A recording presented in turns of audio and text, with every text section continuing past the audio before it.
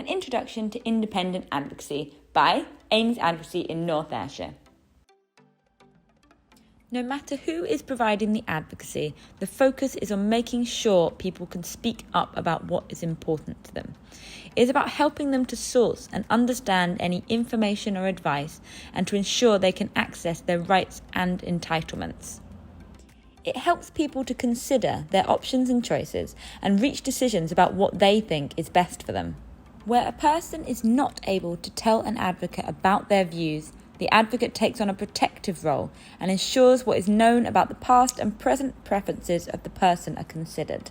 For most people, they'll be able to speak up for themselves in most situations. However, we've all probably experienced times when it's been beneficial to have family members or friends to support us in speaking up.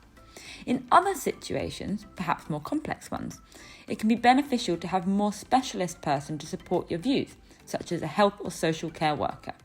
There may be times, however, where a person has nobody who can help them speak up about what is important to them, or where there is a difference in opinion or conflicting interest with other people in that person's life. These are the situations where independent advocacy might help.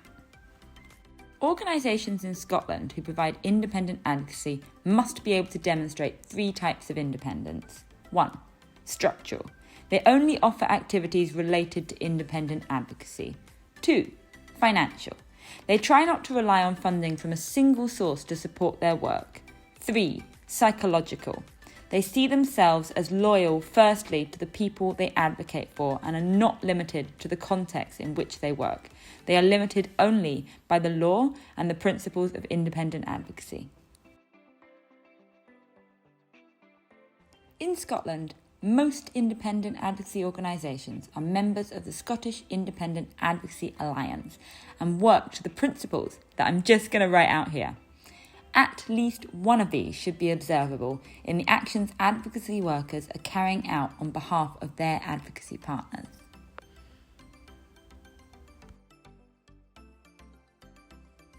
Since 2000, independent advocacy has been mentioned in a range of Scottish legislation. It has a different status in each piece of legislation.